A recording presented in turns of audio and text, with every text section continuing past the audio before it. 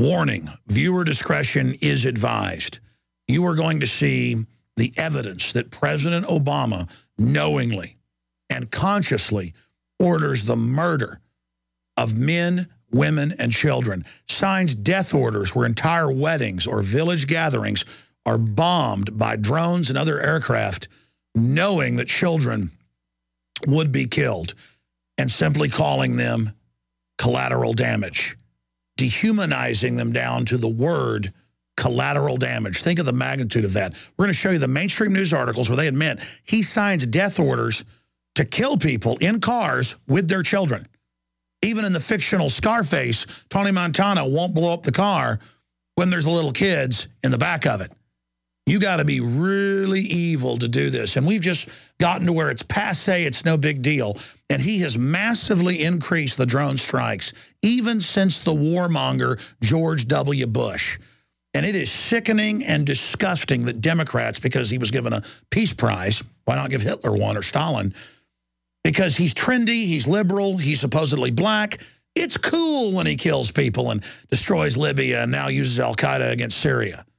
It's so sick. And then you have that as a backdrop while he gets up there and fake cries and says, we've got to ban guns. And he's assigned a new task force that outside of Congress is going to call to ban guns. And Reuters says, be a dictator, Obama. They came out today. Use executive orders and take people's semi-autos. They don't need that for hunting. It's not for hunting. It's to protect ourselves from tyranny. And it's just so over the top, because with Bush, it was bad enough, but he was just a warmonger. With Obama, you get to hear about how he's like Mahatma Gandhi and Martin Luther King rolled into one, and he's this man of peace. And it's so loving what he's doing, and it's sick. So we're going to show you just some, in just a few countries, of the documented dead children where the Pentagon admits they killed them, and the death orders that President Obama has signed. And part of the Twitter feed we're going to use is off of a researcher, Josh Begley, who went and tweeted out, took him days to do it, all of the lethal drone strikes on children that have happened in the last few years. And it is just incredible. And it is hypocrisy on steroids. I would also add that YouTube, we're going to first air this on InfoWars Nightly News, YouTube will allow images of dead children when it's in mainstream news. Back in the 60s, they allowed the image of burning children hit with napalm on via CBS, and that helped in the war. Now we're not allowed to see the flag-draped coffins. Now, unless it's mainstream news, we can't show you the images of these dead children. So make no mistake, it will be flagged, it will be blocked, it will be banned. So you be sure and get this video when you see it and post it on every channel out there. Because it starts with Obama giving a speech about loving children. It's totally hollow and hypocritical. And then it moves through just some of the children he has directly ordered be killed. And then it just shows some simple mainstream news article photos. But again, because of the context we're putting it in, his hypocrisy, the censors will try to block you seeing something that ended the Vietnam War and could end all of these undeclared illegal wars. We're trying to save children here. Not just the children killed at Sandy Hook, the 20, but the thousands killed by these illegal wars. And so everyone who really cares about children and just doesn't want to buy into the hype in the name of banning guns needs to get this video out to everyone they know. This is a very important piece put together by Rob Dew. The system does not want you to see it, so save it, burn it on disk, show it on local access television, and get it out on every video channel on the web. And when YouTube censors, like they've done in the past, we will simply use their attack on free speech and the truth as a way to get it out to even more people. We use the enemy's actions against them. So here is the report. We gather here in memory of 20 beautiful children and 6 remarkable adults. They lost their lives in a school. They could have been any school. In a quiet town full of good and decent people. That could be any town in America. Here in Newtown, I come to offer the love and prayers of a nation. I can only hope it helps for you to know that you're not alone in your grief. That our world too has been torn apart. That all across this land of ours, we have wept with you. We've pulled our children tight. And you must know that whatever measure of comfort we can provide, we will provide. As a community, you've inspired us, Newtown. In the face of indescribable violence, in the face of unconscionable evil, you've looked out for each other. And you've cared for one another. And you've loved one another. This is how Newtown will be remembered. And with time and God's grace, that love will see you through. But we as a nation, we are left with some hard questions. And we learned that our most important job is to give them what they need to become self-reliant and capable and resilient, ready to face the world without fear. And we know we can't do this by ourselves. It comes as a shock at a certain point where you realize no matter how much you love these kids, you can't do it by yourself. That this job of keeping our children safe and teaching them well is something we can only do together, with the help of friends and neighbors, the help of a community, and the help of a nation.